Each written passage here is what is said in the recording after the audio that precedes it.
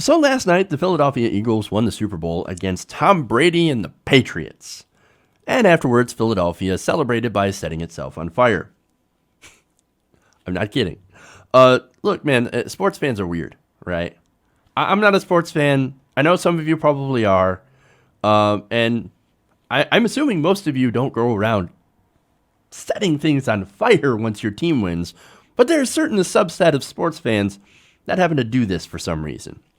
I mean, look, I've never heard of D&D players setting things on fire after clearing a dungeon. In your face, Ugnaught the Goblin King. I will now set your card on fire. No, that's not what happens, okay? But again, when the Super Bowl and there's a certain amount of people who just flip out and start setting things on fire and smashing store windows and flipping cars and all that stuff. And now, earlier this morning, Fox and Friends, they decided to cover this. And apparently, they saw this and they thought, you know what? That's just people reacting a little, they're overreacting a little bit. And they're just a little too enthusiastic. But they're football fans and they're regular white people. In fact, watch. They're actually going to make light of this. Quickly, Bud Light in 2017, last year, they said that they would give away free beer to Eagles fans if the Eagles win the Super Bowl. And so they are going to be doing that. They're going to be giving out free beer at the parade. So good, that'll come. they're making good on that promise. Right. Yes. If you're old enough. There's not enough grease on the poles to save any Not that pole Philadelphia down. needs to be drinking anymore because the city is under a little bit of duress right now, I hear. We've actually got some of the police dispatch audio. Listen to the calls that went in to the dispatchers last night and some of the video that accompanies it. I got a group jumping up and down on a tractor trailer now. You have them get the fire extinguisher out of my trunk. Well, I lit a Christmas tree on fire in the center of that Broad Street over here, just south of South Street. In front of the hotel, they flipped the car or the Bellevue. I got my team surrounding the car now. Yeah, this is nice celebration. This should be a time for the law enforcement to relax. Instead, they're having the busiest night of the year. Why do people get violent when good things happen? Like when their team wins. Their celebration went haywire. Yeah, clearly. So I don't know why that really well, they're all missing work today. They all have hangovers today, but they're all excited. And they all get a free everybody beer. stay safe out there. So parade is tomorrow. They get the day off to recover. How many light poles went down? That's what I want to know. I heard about all of 6. them around City Hall. Oh, well, we know all the bulbs are out. That's all right. not Brian good. said they were You out guys of are crystal. shining bright enough for everybody. Thank you so You're much. welcome. All right, I don't know. Carly. I don't know I'll what leave that you with that. Either do I. You're shining bright enough for everybody. Give me a fucking break.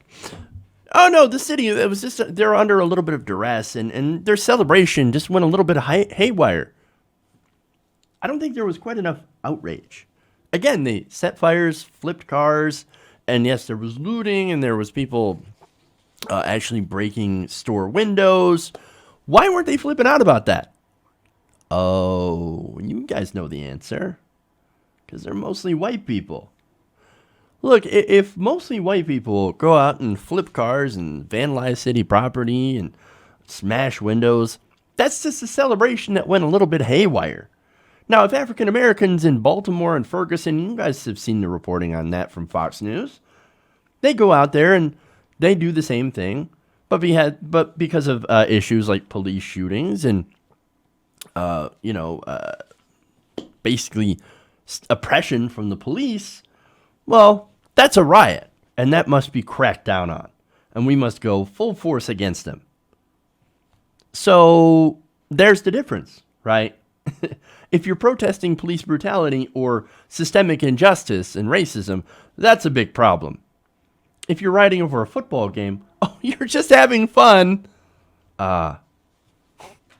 So, that's the framing here, right? That's your context. But this is what Fox News actually goes out and does. It downplays instances of white violence that happened over some of the stupidest shit, and it goes and amplifies African American violence, but ignores the context of why they're actually going out and doing that.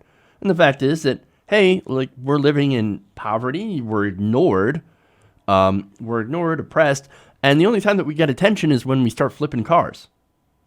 Well, I'm not saying that they should be doing that. I'm saying we should actually pay attention to the problems facing African American communities instead of ignore them until things get violent. Because a lot of these communities, they're like a pressure cooker, right? The injustices inflicted upon the populace every day. And we saw it in Ferguson, where the police department was basically using the populace as a piggy bank, going and imprisoning people for just ridiculous city ordinances, things like that. Again, using them as nothing more than a piggy bank. When they get pissed off about it, when they find out how much they're being screwed over, and they, again, for the most part, the protests were peaceful, but some of them did get violent.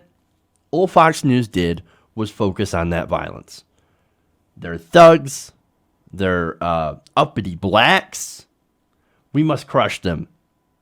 That's what Fox News does.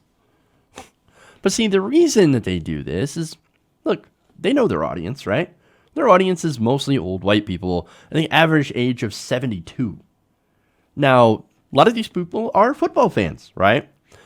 Now, they're the same people who also say how disrespectful it is for African Americans to kneel during the national anthem, while also calling them violent thugs. And yet, I think these same people, just like the Fox News hosts who were downplaying this, who are making light of this, are going to give these people, these rioters in Philadelphia, a big old pass. It's gross, and it shows their absolutely abhorrent double standard. Hey everybody, thanks for watching this video. If you want to see more like this, please hit the subscribe button below. And if you want to support truly independent progressive media, please consider becoming a patron at patreon.com/TYTNation.